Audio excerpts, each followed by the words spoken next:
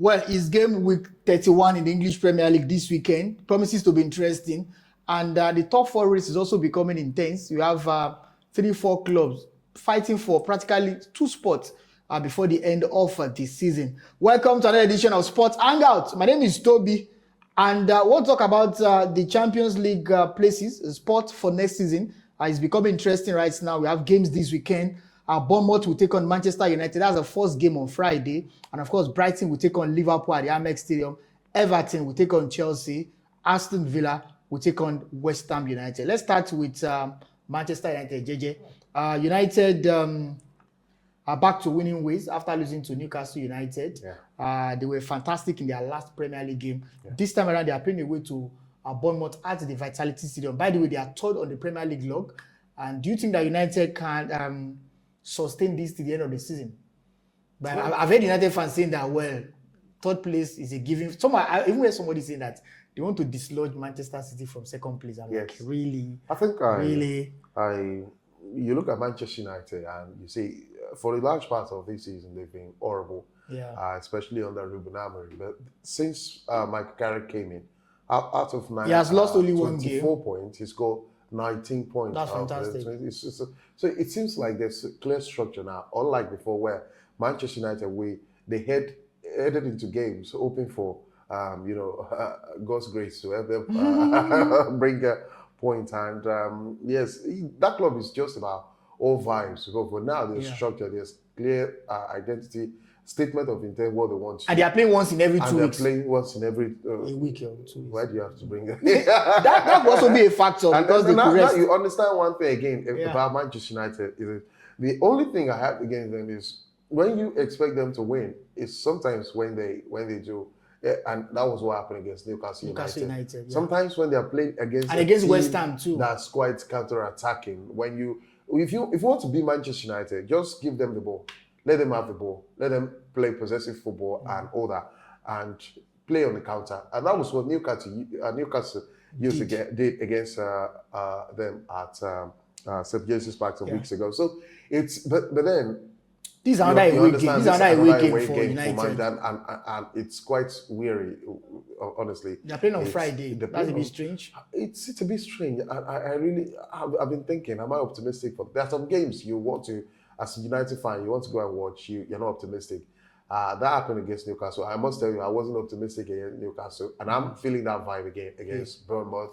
Although we've been recently, we've had a good outing against Bournemouth. Yeah. Bournemouth, the last 5 games, they've drawn 4 straight games, 4 straight draws. Draw specialist. For Manchester United, it's been 1 draw, 1 loss, and 3 wins. So, yes. That shows there's a clear pattern, consistency. Definitely. But then those draws and the draw and loss have been away. Are not so. It seems they are turning Old Trafford into a fortress. But they're going away. It's not been really. Apart from Arsenal away, I don't think there's any other away game we've won under Michael Carrick. We drew against West Ham. We lost against Newcastle, and now we are going away another away game. So I think Michael Carrick has got to find a rhythm of away game for Manchester United. But if the pattern is going to go.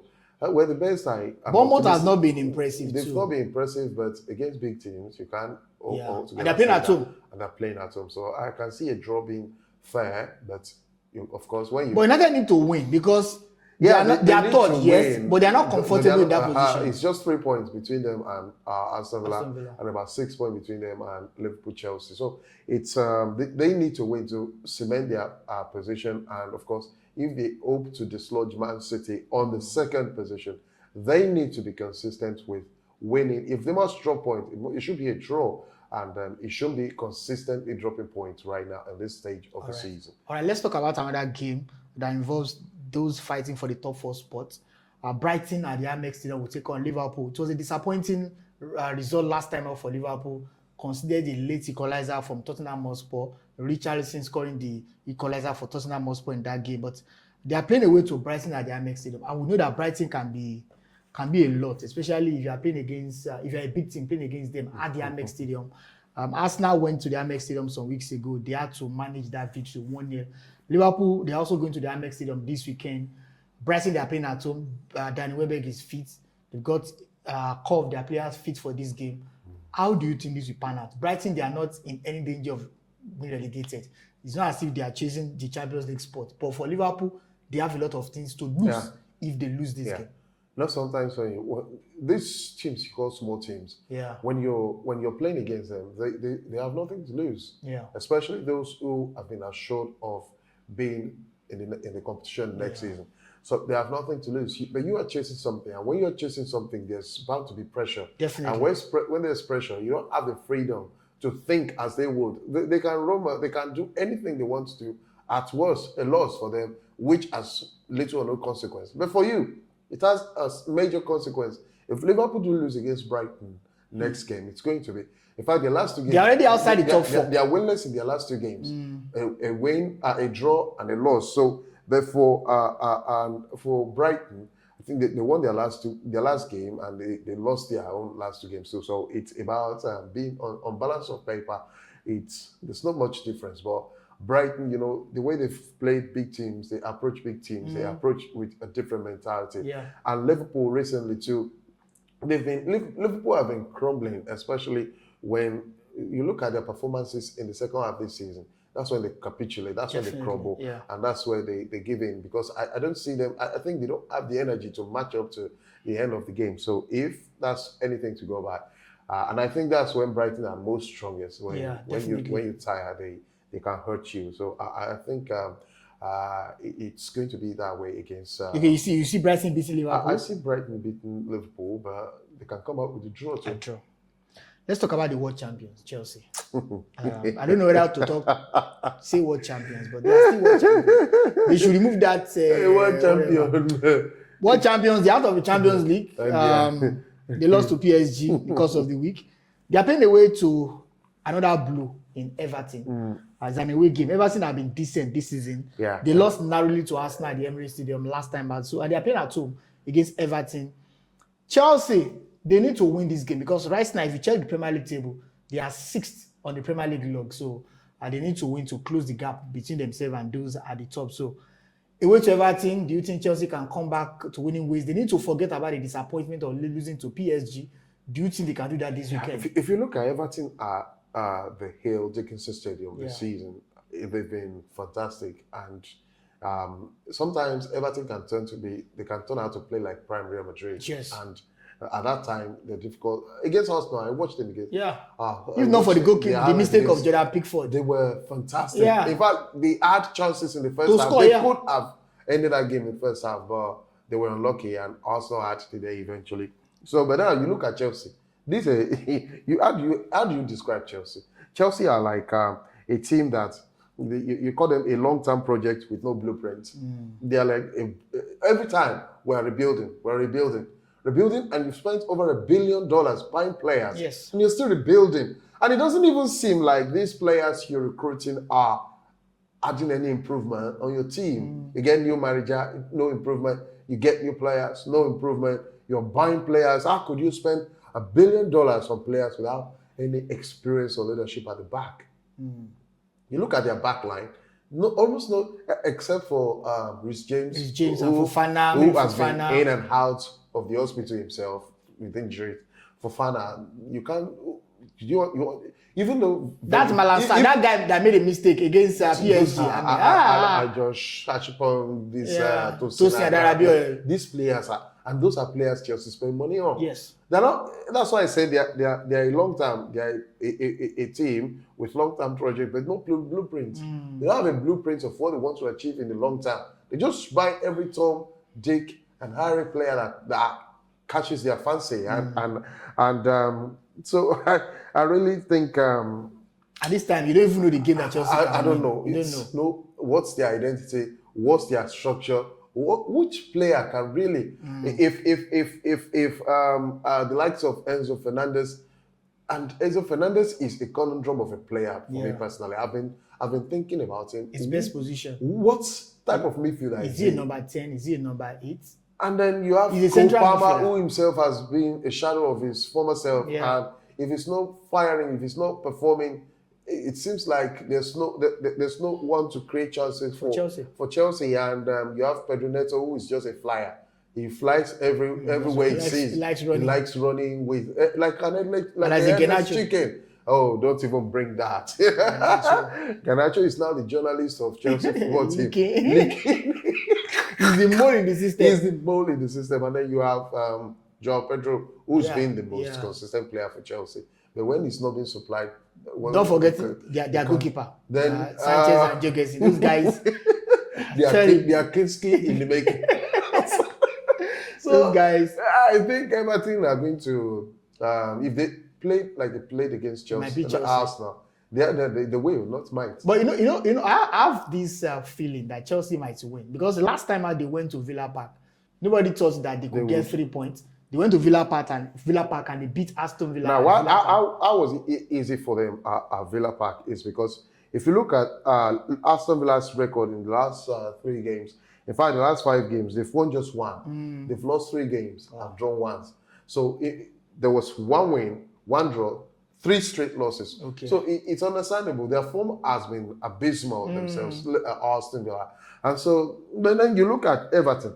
Everton in the last 5 games, they've lost 3 games, and they've won 2. And then you look at even the quality of team they lost again.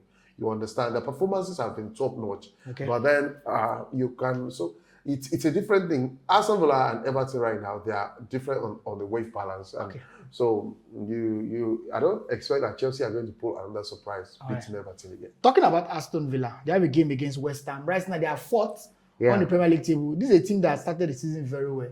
And I would thought that they were even going to win the Premier League title, but it seems that, is what it is. At the time, they were 2nd. Yes, now they are 4th, and they're not even comfortable in that position. They are playing at home to West Ham at Villa Park. Last time they lost to Chelsea at home, and the last time they also lost to United at Old Trafford. So and they've lost 2 games on the bounce. 3 games on the bounce. And then they're playing against West Ham. They lost to Wolves, to Chelsea and then to Man United. They're playing against a desperate West Ham United who got an impressive draw against Manchester City at home last time out. Because West Ham, they are relegation threatening. They are looking for all the points to escape relegation. They're on the same point as Nottingham Forest for a goal difference, Do you think that they can get anything away at Aston Villa? Both teams, they need a point. If you look at it statistically, West Ham United, it seems like they've been, teams have been, they've been winning, but they've not been winning. They've won once in the last 5 games. They've drawn I think 3 games, and they've lost just 1. So if you look at that, but Aston Villa, they've drawn once, won once, and lost 3 on the bounce. Wow! But honestly, for a manager of Unai Emery's pedigree, you don't expect that his team will lose 4 in the bounce. That would be utterly pathetic. And the fact that they are going to Aston Villa I think Aston Villa should make a redemption right now. Okay. But like you say, the Premier League you could never predict. All right. And when you are playing against relegation-threatened teams, it's usually difficult. Man City experienced first time last week.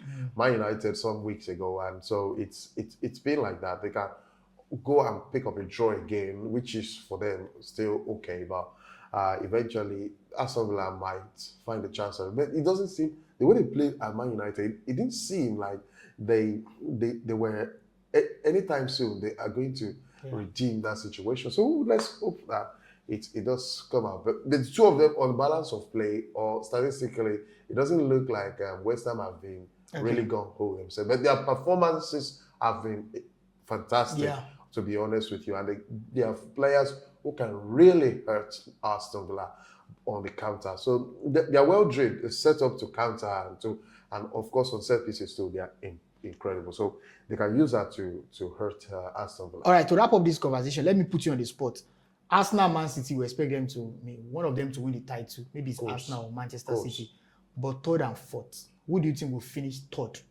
I know you are going to say Manchester City will finish 3rd. Man City will finish 3rd? Yeah. Because Man United will finish 2nd. Wow. Statistically, Man United can still win the Premier League.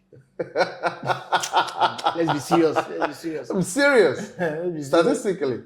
So if they can still win the Premier League. So you think that United can finish 2nd? Yeah, they can finish. So who will finish 3rd? Man City. So who will now finish 4th? Well, there's Liverpool, there's Aston Villa, there's Chelsea. Liverpool. Liverpool. All right. Out of those three, I think Liverpool. So others just manage the Europa League and Conference Chelsea. League. I was discussing with you unofficially yesterday. I said Chelsea are playing to go for UEFA Conference League again. Not even the Europa League. Not even because they find it. They think it's easy to play in that league. And I think it will be curious to them. They should go there. That's where they belong. With this set of players, honestly, Toby, if you look at the set of players, Manchester 8-2 on aggregate in the Champions League. That's really embarrassing. Yeah. You have a player, a defender that should be targeting ball, left ball, targeting player, a player that's so clever, and then oh my God, Conference League, that's where they belong. All right. And hopefully they go back there. Chelsea fans, do you agree with JJ? They should. They don't need to agree. That Conference League is where Chelsea belong. Conference League is where they belong, honestly. They don't belong in the Champions League. All right, they just messed everything up. And, no. All right. They should. In fact, UEFA should ban them for like 10 years. For disgracing the Premier League. FA should relegate them. All right, let's get your reactions on our fan page. And of course, I will be willing. I know they will come for my head. I Definitely. know Chelsea players, fans, they will come for my head. But whichever way, how can a team that is using AI as sponsor be serious? Well, on the next time that we're going to meet you, AI is their sponsor. My blood will do. Possibly Rosinio is using AI for tactics. Well, on the next time that we are going to meet, I remain to be. And I'm JJ. Please don't forget. Don't mind everything I've said, but please just like our video. Even if you're a Chelsea comment, fan, please like, share, engage, and subscribe as well, which is free. And turn on the notification bell to get more content from us. Thank you. Until next time we meet. Bye.